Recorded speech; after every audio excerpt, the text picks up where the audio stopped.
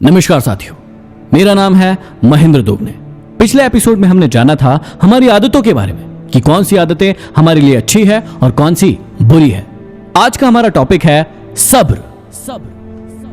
कौन नहीं जानता कि सब्र का फल मीठा होता है, लेकिन उसके बाद भी हम सबकी प्रवृत्ति उस बंदर की भांति होती है जिसने एक लड़के को आम खाते हुए देखा। उसे पता था कि इसके द्वारा फेंकी गई गुठली को यदि जमीन में गाड़ेंगे तो उसे आम का वृक्ष आएगा और उसमें फल लगेंगे। जैसे ही उस लड़के ने गुठली को फेंका, वो बंदर पेड़ से उतरा और उस गुठली को उठाया, एक गड्ढा खोदा और उस गड्ढे में इस गुठली को गाड़ दिया और अब पेड़ पर जाकर बैठ गया और अब इंतजार करने लगा उस गुठली से पेड़ के बनने का और फल खाने का। पूरे 5 मिनट हो गए लेकिन कोई भी पेड़ बाहर नहीं आया। उसे चिंता होने लगी कि अब क्या होगा। पूरे 10 मिनट बीत गए लेकिन उसके बाद भी कोई पेड़ बाहर नहीं आया।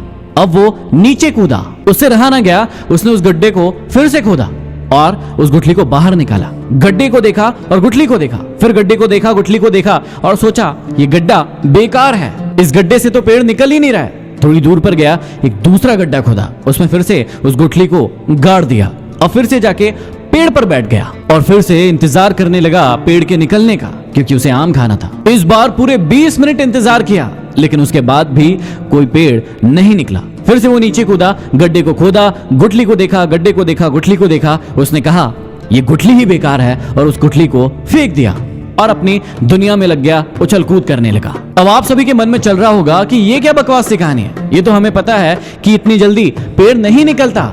पेड़ को निकलने में, बनने में, फल के आने में सालों लग जाएंगे। बस मैं आप सभी को भी यही समझाना चाहता हूं कि यदि आपको पता है कि उस पेड़ को बाहर निकलने में, उसे बड़ा होने में, उसके मुहर आने में, उसके फल आने में समय लगता है, तो फिर आपके कर्मों को लेकर आपकी ये सोच क्यों नहीं है? जब आप कोई भी कर्म करते हैं तो क्यों आपको उसी वक्त रिजल्ट चाहिए? क्यों आप सब्र नहीं रखते हैं? क्यों आप अपना धैर्य खो बैठते हैं? सोच कर देखिए, यदि हमारे दादा दादी या नाना नानी उस बंदर की प्रवृत्ति की सोच के होते तो क्या आज हम कोई फल खा रहे होते?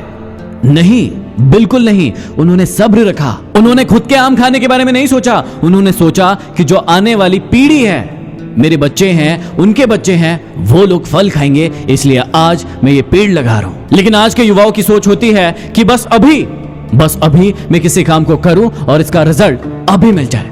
बिल्कुल भी सब्र नहीं है उनकी जिंदगी में और इसीलिए वो परेशान है, वो चिंतित है अपने करियर को लेके, अपनी जिंदगी को लेके, अपनी सारी की सारी चीजों को लेकर। सिर्फ अभी नहीं, पूरी जिंदगी परेशान रहोगे यदि आपके अंदर सब्र की सीख नहीं है। यदि आपकी सोच अच्छी है और मेहनत पक्की है तो कर्म करके आपको सब्र रखना होता है। कई बार 6 महीने, कई बार साल भर, कई बार 2 साल, कई बार 5 साल, कई बार कई सालों के बाद उस कर्म का फल मिलता है और इसीलिए कहा गया है कि कर्म किए जाओ, फल की चिंता मत करो। आशा करता हूं इस अध्याय के बाद आप अपनी जिंदगी में सब्र रखने की कोशिश करोगे और जिंदगी में कर्म करके आगे बढ़ते जाओगे।